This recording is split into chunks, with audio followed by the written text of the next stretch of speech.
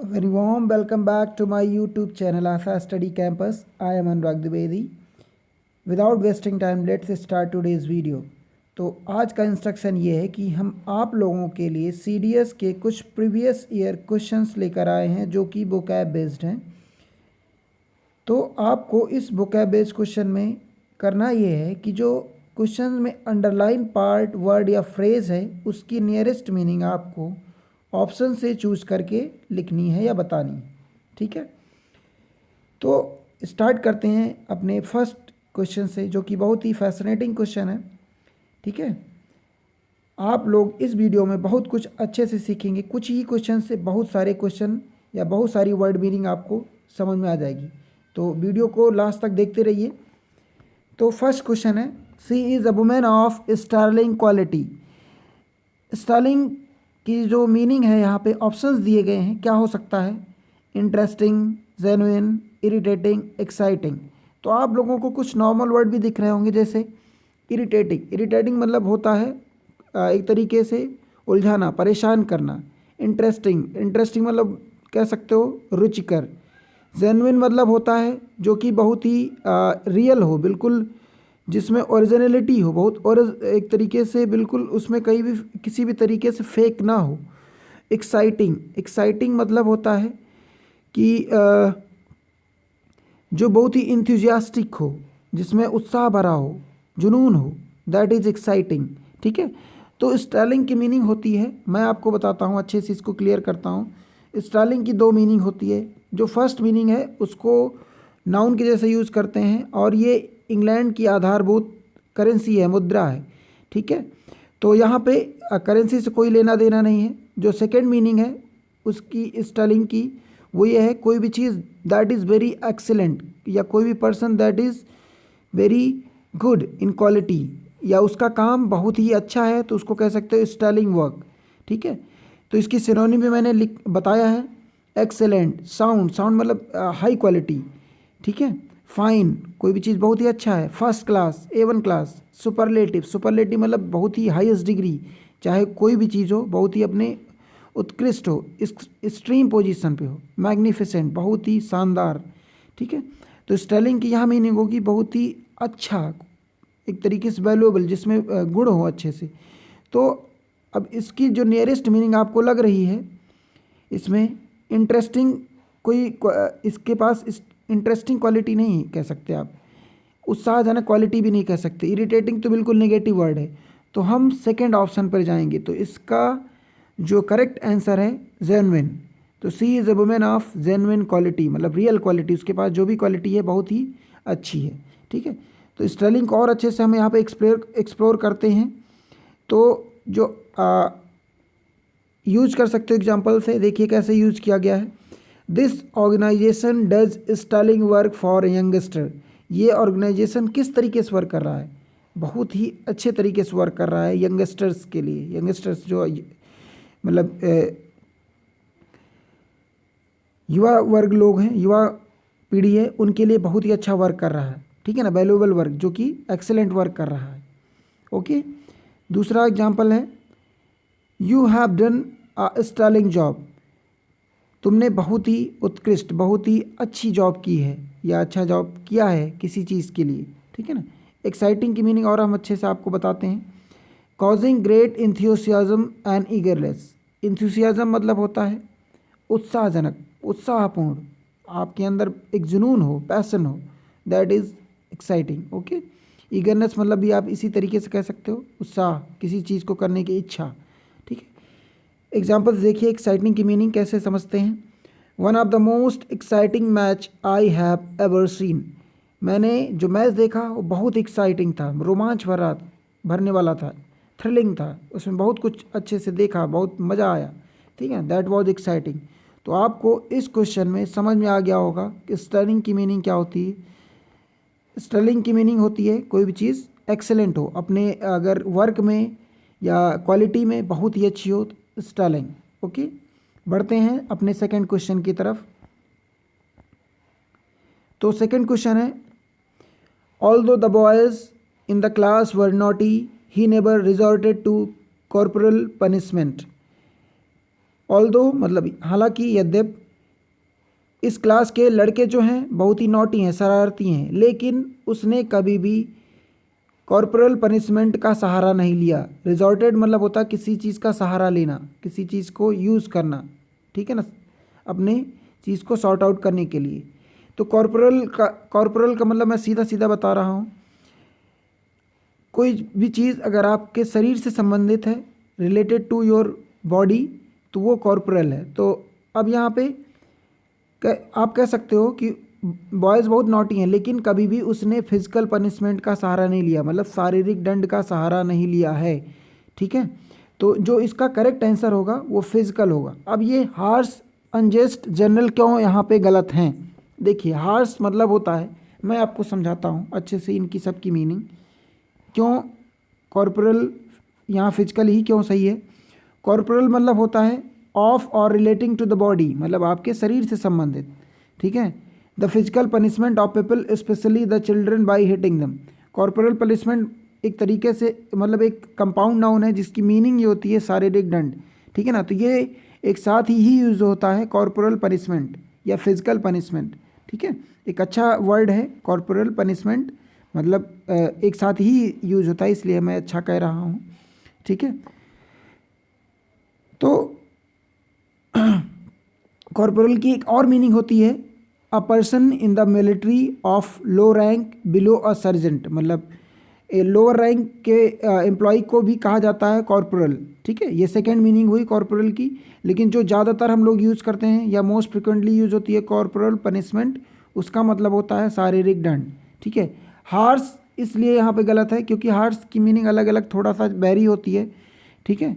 इसकी मीनिंग कह सकते हो अनप्लीजेंट, अनकाइंड, क्रूअल और मोर सीवियर देन नेसेसरी। मैंने बताया कि पनिशमेंट के साथ कॉर्पोरल एक कंपाउंड नाउन होता है, इसीलिए कॉर्पोरल वहाँ पे बिल्कुल करेक्ट है और उसकी मीनिंग होगी फिजिकल पनिशमेंट, ठीक है। हार्श यहाँ पे मोस्ट नियरेस्ट मीनिंग में नहीं होगा, उसकी मीनिंग में होगा जो बिल्कुल करेक्ट आंसर है वो है फिजिकल। तो हार्श कह सकते हो कोई भी चीज़ बहुत कठोर, कड़ा, जैसे कोई कठोर कानून, कड़ा कानून, ठीक है, या फिर जो हम लोगों के लिए उतना ज़रूरी नहीं है, तभी आप लोगों के ऊपर या हम लोगों के ऊपर वो अप्लाई किया जा रहा है। तो हार्श क्रिटिसिज्म या हार्श रियलिटी, ठीक है, कठोर एक तरीके से आप कह सकते हो जो उतनी अच्छी नहीं है, ठीक। तो एग्जाम्पल से समझते हैं, be thought the punishment were rather harsh for such a minor offence. ये जो पनिशमेंट दिया जा रहा है वो काफ़ी कठोर है, बल्कि एक छोटा सा ऑफेंस हुआ है, छोटा सा एक तरीके से गलती हुई है, उसके लिए एक बहुत ही हार्श पनिशमेंट दिया जा रहा है। तो हार्श की मीनिंग समझ में आ गई होगी, कोई भी चीज़ अनप्लीजेंट मतलब आपके लिए लाभदायक नहीं है, बहुत ही अनकाइंड है, बिल्कुल निर्दयी है, निर्दयतापूर्ण काम हो रहा है, हार्श, ठीक है। रिजॉर्ट की मीनिंग मैंने बताया, किसी भी चीज़ को सही करने के लिए कोई चीज़ सहारा लेना, ठीक है ना। टर्न टू और अडॉप्ट, ठीक है, अडॉप्ट मतलब किसी भी चीज़ को अनुकूल बनाना, किसी चीज़ को समाहित करना, ठीक है। स्पेशली एन एक्सट्रीम और undesirable one so as to resolve a difficult situation, मतलब कोई डिफ़िकल्ट सिचुएशन है या कोई ऐसी चीज़ है उसको सॉर्ट आउट करने के लिए आप किसी कड़े रुख या कोई ऐसी चीज़ का सहारा ले रहे हो, ठीक है। एग्जाम्पल से समझते हैं रिजॉर्ट को, I had to resort to violence threats to get my money, मैंने किसी को मनी दिया समझ लीजिए, उससे वापस लेने के लिए मुझे किस चीज़ का सहारा लेना पड़ रहा है, वॉयलेंस का मतलब लड़ाई झगड़ा का, या फिर डराने धमकाने का, थ्रेट का, ठीक है। तो थ्रेट टू समथिंग मतलब किसी चीज़ का सहारा लेना, ओके। बढ़ते हैं नेक्स्ट क्वेश्चन की तरफ। She adjusted quite well with her husband's idiosyncrasies, idiosyncrasies, ठीक है। तो थर्ड क्वेश्चन में जो ऑप्शंस हैं वो ये हैं, आपको दिख रहे होंगे। फर्स्ट है पिकुलियर हैबिट्स, सेकंड है बैड हैबिट्स, थर्ड है वीकनेसेस, फोर्थ है स्टूपिड मैनर्स। तो क्वेश्चन से आप लोगों को क्लियर भी हो जा रहा होगा कि इसकी नियरेस्ट मीनिंग क्या होगी। She adjusted quite well with her husband's idiosyncrasies, अब यहाँ पे उसने बहुत ही अच्छे से एक तरीके से कह सकते हो वो अनुकूल बना लिया है अपने हस्बैंड की इडियोसिंक्रेसीज को, ठीक है। इडियोसिंक्रेसीज की मीनिंग होती है अजीबो गरीब हरकत, जो नॉर्मल ना हो, थोड़ा सा हट के हो, ठीक है। तो अब यहाँ पे बैड हैबिट नहीं होगा, वीकनेसेस बिल्कुल नहीं होगा, स्टूपिड मैनर भी नहीं होगा। तो करेक्ट आंसर होगा पिक्यूलियर्स हैबिट्स। पिक्यूलियर्स मतलब अजीबो गरीब, जो थोड़ा सा आपके स्वभाव से हट के हो, ठीक है। तो इडियोसिंक्रेसी की मीनिंग होती है आप जो बिल्कुल कह सकते हो एबनॉर्मल, ठीक है, नॉर्मल ना हो। तो इसकी मीनिंग मैं अच्छे से बताता हूँ इडियोसिंक्रेसी की क्या मीनिंग होती है, जो कि एक नाउन है। अनोखापन, जो आपके अंदर अलग तरीके से हो, ठीक है। व्यक्तिगत स्वभाव, बहुत लोगों के अंदर ऐसा स्वभाव होता है कि वो कहीं बैठते हैं तो पैर हिलाते रहते हैं, तो वो उनकी इडियोसिंक्रेसी है, ठीक है। तो इसकी मीनिंग क्या होगी, अ स्ट्रेंज और अनयूजुअल हैबिट, थोड़ा सा अनयूजुअल हैबिट है, ठीक है, किसी पर्सन के पास या किसी चीज़ के पास, तो उसके क्या कहेंगे, इडियोसिंक्रेसी, ठीक है।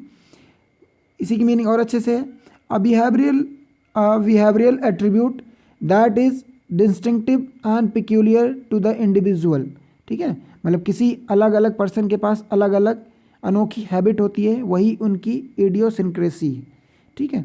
एग्जाम्पल से समझते हैं इडियोसिंक्रेसी को और अच्छे से। She often cracks her knuckles when she is speaking, it is one of her little इडियोसिंक्रेसीज।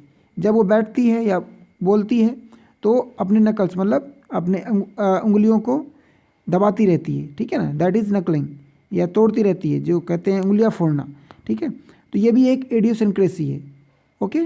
तो इसके सिनोनिम भी कह सकते हो एसेंट्रिसिटी। एसेंट्रिक मतलब होता है सनक तक, मतलब कोई चीज़ आपका अनोखापन है, आप करते जा रहे हैं, ठीक है ना, दैट इज़ एसेंट्रिक। पिक्यूलरिटी मैंने बताया, अनोखापन, आपका अलग स्वभाव, बिल्कुल यूनिक है, आप अजीबोगरीब हरकत करते हैं, दैट इज़ पिक्यूलियर। सिंगुलरिटी मतलब एक अनोखापन, सेम मीनिंग है। मैनरिज्म मतलब आपकी अजीबोगरीब तरीके, हरकतें, ठीक है। तो इडियोसिंक्रेसी मतलब समझ में गया होगा, अजीबोगरीब हरकत, डिफरेंट तरीके से आप कोई चीज़ बिहेव कर रहे हैं, जो आपकी इंडिविजुअल हैबिट है, वही आपकी इडियोसिंक्रेसी है। बढ़ते हैं नेक्स्ट क्वेश्चन की तरफ। तो फोर्थ क्वेश्चन है, the deputy inspector general made perfunctory inspection of the police station. तो जो डिप्टी इंस्पेक्टर जनरल है, उसने किस तरीके से इंस्पेक्शन किया है पुलिस स्टेशन का, यह आपको इस वर्ड से क्लियर होगा। परफेक्टरी मतलब होता है करना, बट एक तरीके से बहुत अच्छे तरीके से नहीं, मतलब सीरियसनेस नहीं दिखाना किसी भी काम में, वही होगा परफेक्टरी, ठीक है ना। तो थॉरो एंड कंप्लीट मतलब बहुत पूरी तरीके से, अच्छे से, कंप्लीट मैनर में, ये ऑप्शन इनकरेक्ट होगा। सुपरफिशियल मतलब होता है ऊपरी ऊपरी, तो ये सतह के लिए भी यूज़ कर सकते हो और एक तरीके से सीरियसनेस के लिए भी कह सकते हो, कोई भी चीज़ ऊपरी तरीके से कर लेना, ठीक है। तो परफेक्टरी की मतलब जो क्लियर मीनिंग है वो होगी done as a routine but without interest, कोई भी चीज़ करना बट इंटरेस्ट के बिना। तो इसका करेक्ट आंसर होगा third, done as a routine but without interest. उसने इंस्पेक्शन तो किया, ठीक है ना, मतलब उसकी चेकिंग तो की, एग्जामिन तो किया स्टेशन को, लेकिन अच्छे से नहीं, वैसे हल्का से, ठीक है ना, आया और हल्का फुल्का बैठ के चला गया, देख के चला गया, ठीक है ना। तो इसका करेक्ट आंसर है सी, ठीक है ना। इंटेंसिव मतलब एक तरीके घनिष्ठ, बहुत ही गहनता से, तो ये तो बिल्कुल अपोजिट मीनिंग में होगा, ठीक है ना। तो परफेक्टरी की अच्छे से मीनिंग और समझते हैं। कोई भी काम अगर आप असावधानी से कर रहे हैं, लापरवाही से कर रहे हैं, बेपरवाही से कर रहे हैं, तो दैट इज़ परफेक्टरी, ठीक है ना। Done quickly without showing that you care और हैव मच इंटरेस्ट, मतलब आपके अगर वो उसमें आप इंटरेस्ट नहीं दिखा रहे हो, उसकी अच्छे से केयर नहीं कर रहे हो, उसको कर रहे हो लेकिन, ठीक है ना, बहुत जल्दी जल्दी कर दे रहे हो, तो यू आर डूइंग परफेक्टरी, ठीक है। तो कोई भी चीज़ अगर आप असावधानी से कर रहे हैं तो वो क्या होगा, परफेक्टरी, ठीक है। एग्जाम्पल समझते हैं। She asked a few perfunctory question about my family and that ended the conversation. Conversation मतलब बातचीत। उसने मुझसे जब स्टार्ट किया बातचीत करने को, तो कुछ क्वेश्चन तो पूछे, मतलब एक तरीके से बस हाल चाल ले लिया, लेकिन उसके बाद क्या हो गया, उसका कन्वर्सेशन एंड हो गया। तो उसने बस थोड़ा सा दिखाने के लिए किया, परफेक्टरी किया, ठीक है ना, लेकिन बहुत ज़्यादा सीरियसनेस नहीं दिखाई, बस कर लिया बातचीत थोड़ा सा। तो परफेक्टरी की मीनिंग समझ में आ गया होगा, कोई भी चीज़ करना लेकिन पूरी केयर से नहीं, ठीक है ना, पूरा इंटरेस्ट दिखाते हुए नहीं। ओके, बढ़ते हैं अपने नेक्स्ट क्वेश्चन की तरफ। The decision to drop the atom bomb on the Hiroshima was a grave one. ठीक है, जो डिसीजन लिया गया हिरोशिमा पे बम गिराने का वो किस तरीके से था, अ ग्रेव वन। तो ऑप्शन है a serious, moments, instructive, impulsive. तो ग्रेविटी से समझ में होगा गंभीरता, ठीक है ना, तो समझ में आ गया होगा इसका जो करेक्ट आंसर है वो सीरियस, ठीक है ना, बहुत ही सीरियस था। ठीक है, तो इसको ऑप्शन को हम अच्छे से क्लियर करते हैं कि इन सभी की मीनिंग क्या है। ग्रेव की और एक मीनिंग होती है समाधि, कब्र, टॉम, ठीक है, लेकिन जो दूसरी मीनिंग होती है वो होती है सीरियस। ठीक है, तो grave is a location where the dead body is buried, मतलब एक ऐसी जगह जहाँ पे लोगों को दफनाया जाता है, वो भी ग्रेव यार्ड होता है, ग्रेव होता है। सेकेंड जो एडजेक्टिव मीनिंग है, it is used an adjective too, मतलब एडजेक्टिव के जैसे भी यूज होता है, it can describe something serious और ऑफ ग्रेट इंपॉर्टेंस, मतलब कोई भी चीज़ की गंभीरता जो कि बहुत ही इंपॉर्टेंट है उसके लिए भी ग्रेव यूज़ किया जाता है। If a situation grave it is serious and sad, अगर कोई भी चीज़ ग्रेव है तो वो बहुत ही सीरियस है। ठीक है, उसको आपको दिमाग में लेना ज़रूरी है, उसको उसके ऊपर चेक करना बहुत ज़रूरी है, तो दैट इज़ ग्रेव। तो कोई सिचुएशन हो सकती है, कोई मुद्दा हो सकता है, तो ऐसे इस वर्ड को बहुत यूज़ करते हैं। A grave situation, a grave concern, a grave illness, बहुत ही गंभीर बीमारी। ठीक है, सेकंड एक ऑप्शन है इसका इंस्टिंक्टिव, इंस्टिंक्टिव। ठीक है, इंस्टिंक्टिव बहुत ही इंपॉर्टेंट वर्ड है, आगे पूछा जा सकता है। तो इसका मतलब होता है आपका खुद का स्वभाव। ठीक है, एक तरीके से जो आपके अंदर है, जो इनबॉर्न है, इननेट है, जो आपको एक तरीके से मिला हुआ है, अपने मूलभूत है, जो माँ बाप से मिलता है। ठीक है ना, जो सीखना नहीं पड़ता, हो जाता है वैसी चीज़, वही क्या आपका इंस्टिंक्टिव। ठीक है ना, तो इंस्टिंक्टिव क्या है, एन इंस्टिंक्टिव फीलिंग, आइडिया और action is one that you have do without thinking और रीजनिंग, मतलब आप अगर कोई चीज़ कर रहे हो बहुत ज़्यादा सोच समझ के नहीं कर रहे हो लेकिन कर ले जा रहे हो, तो वो कैसा है, इंस्टिंक्टिव है। ठीक है, जो आपके अंदर खुद से है, पहले से कोई स्किल है, वो क्या है, इंस्टिंक्टिव है। जो नेचुरल है, आपको बहुत ज़्यादा सीखने की ज़रूरत नहीं पड़ती है, करने मतलब उसको बहुत ज़्यादा उसमें दिमाग लगाने की ज़रूरत नहीं पड़ती, दैट इज़ इंस्टिंक्टिव। तो इसकी सिनोनिम है नेचुरल, इनबॉर्न, ऑटोमेटिक, अनकॉन्शियस, मतलब बहुत ज़्यादा दिमाग लगाना नहीं पड़ता, अनकॉन्शियस माइंड से भी आप कर सकते हो। ठीक है, नेचुरल है, इनबॉर्न है, इनबॉर्न मतलब आपके जन्म से ही है, ऑटोमेटिकली हो जाता है, बहुत ज़्यादा रीजनिंग की ज़रूरत नहीं पड़ती है, थिंकिंग की ज़रूरत नहीं पड़ती है, that is instinctive. Okay, moments मतलब होता है वेरी इंपॉर्टेंट, जिसकी बहुत ज़्यादा, जो बहुत ज़्यादा सिग्निफिकेंट है, जिसको बहुत ज़्यादा ज़रूरत है, वेरी वाइटल, मोमेंटस। मोमेंटस एक जिसकी बहुत ज़्यादा प्राथमिकता दी जा रही है, बहुत ज़्यादा प्रायोरिटी दी जा रही है, वो क्या है, मोमेंटस है। ठीक है, समझ में आ गया होगा।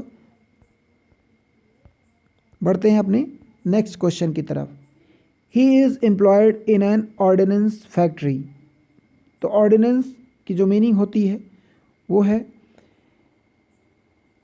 स्पेलिंग भी याद रखिएगा, दो मीनिंग, एक होता है ORDINANC और यहाँ पे क्या है ORDNANC। तो ऑर्डिनेंस मतलब होता है आर्म एंड एम्यूनेशन, गोला बारूद, मतलब मिलिट्री में जो सामान इक्विपमेंट यूज़ किए जाते हैं, बंदूक, गन्स, गोला बारूद या फिर कोई भी एम्यूनेशन चीज़ें, वो क्या हैं, ऑर्डिनेंस हैं। ठीक है, जो भी आर्म्स यूज किए जाते हैं, तो इसका करेक्ट आंसर है आर्म्स एंड एम्यूनेशन। ठीक है, इसकी मीनिंग अच्छे से क्लियर करते हैं। ऑर्डिनेंस, गोला बारूद, युद्ध में जो उपकरण यूज होते हैं, military supplies specially weapons and bombs, जो भी वेपन्स यूज होते हैं, दैट इज़ ऑर्डिनेंस। एक जो आई की मीनिंग में है, मतलब ORDINANC, उसका मतलब होता है रूल्स रेगुलेशन, एक तरीके से अध्यादेश। अपने यहाँ जो पार्लियामेंट में अध्यादेश पास होते हैं उनको क्या बोलते हैं, ORDINANC, ऑर्डिनेंस।